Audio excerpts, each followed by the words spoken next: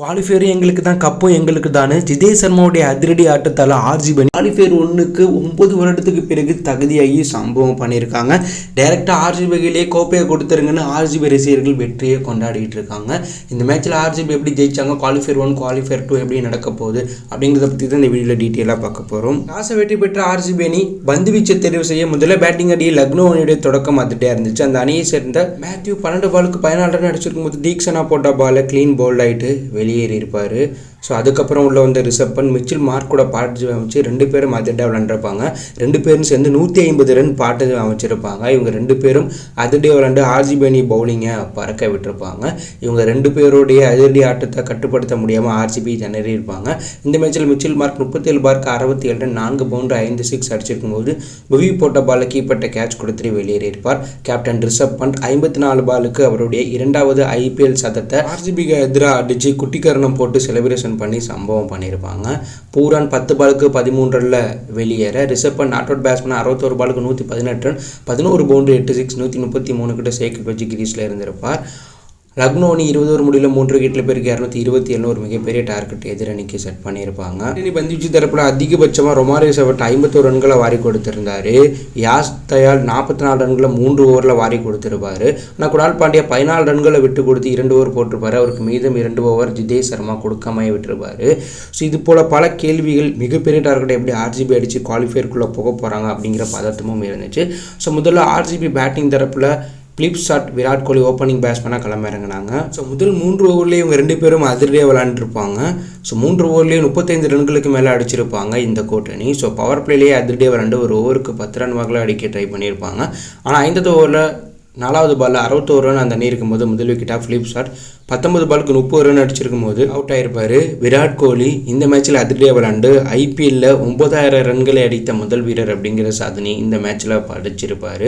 So அதுக்கப்புறம் வந்த Raj Patidar, Livingstone அடுத்தடுத்து அவுட் ஆகிருப்பாங்க. ராஜ் படிதர் 7 பாலுக்கு 14 ரன் அடிச்சிருக்கும் போது வில் போட்ட பாலை கேட்ச் கொடுத்துட்டு வெளியேற லிவிங்ஸ்டன் அதே ஓவரில் டெக் அவுட்டில் LB ஆகிட்டு வெளியேறி இருப்பார்.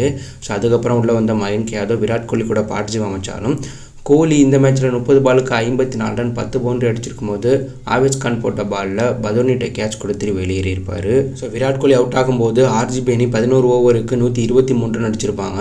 ஸோ அடுத்த 9 ஓவருக்கு ஆர்சிபி வெற்றி பெற 110 ரன்களுக்கு மேலே தேவைப்படும். அந்த சமயத்தில் அதிரடியாக விளாண்ட ஜிதேஷ் சர்மா மயங்க் யாதவ் கூட்டணி போட்டி அதிரடியாக விளாண்டு முடிச்சிருப்பாங்க. இதில் ஜிதேஷ் சர்மா வெறும் 33 பாலுக்கு 85 ரன் 8 பவுண்டரி 6 6 257 கிட்ட சேக்கெட் வச்சு லக்னோ கதையை முடிச்சிருப்பார். ஜிதேஷ் சர்மா 49 ரன் அடிச்சிருக்கும் போது திங்விக் சிங் விக்கெட் எடுத்திருப்பார். ஆனால் அந்த பால் நோ பாலாக இருந்ததுனால அதுக்கப்புறம் ஜிதேஷ் சர்மா அதிரடியாக விளையாண்டுருப்பார். மயங்க் யாதவ் 23 பாலுக்கு 41 ரன் 5 பவுண்டரி அடிச்சு கிரீஸில் இருந்திருப்பார். ஆர்சிபி அணி 18.4 ஓவர் முடியல 4 விக்கெட்டில் பிறகு 230 ரன் அடிச்சு 6 விக்கெட் வித்தியாசத்தில் ஆர்சிபி அணி இந்த மேட்சை ஜெயிச்சு குவாலிஃபயர் 1க்கு 9 வருடத்துக்கு பிறகு தகுதியாக இருக்காங்க. ஸோ ஜிதேஷ் சர்மா கேப்டனாக கடைசியில் வந்து டோனியாக மாறி சம்பவம் பண்ணி லக்னோ அணி கதையை முடிச்சுட்டாரு. ஸோ பாயிண்ட் டேபிளில் குவாலிஃபயர் 1ல் 19 புள்ளியோட முதல் இடத்துல பஞ்சாப்பும் 2வது இடத்துல அதே 19 புள்ளியோட ஆர்சிபியும் இருக்காங்க. இதனால் இந்த 2 அணியும் குவாலிஃபயர் 1ல் மோத போகிறாங்க. குவாலிஃபயர் 1 மே 29ஆம் தேதி சண்டிகரில் நடக்க போகுது.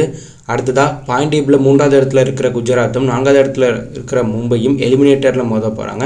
இந்த மேட்சும் சண்டிகரில் மே 30ஆம் தேதி நடக்க போகுது.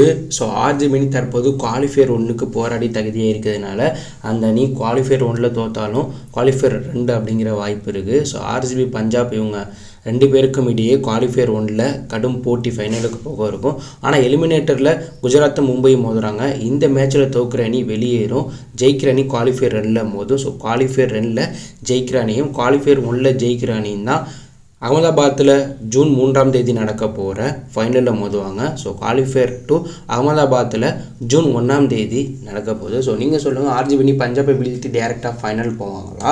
ஸோ எலிமினேட்டரில் விளாட்ற GT மும்பைக்கு இடையே நடக்க போகிற போட்டியில் யார் ஜெயிப்பா, எந்த 2 அணி ஃபைனல் போவாங்க, ஆர்சிபி இந்த வருடம் கோப்பையை வெற்றி பெற வாய்ப்பு இருக்கா, யார் கோப்பையை வெற்றி பெறுவா அப்படிங்கிற கருத்தை கமெண்ட்டில் லீவ் பண்ணுங்கள்.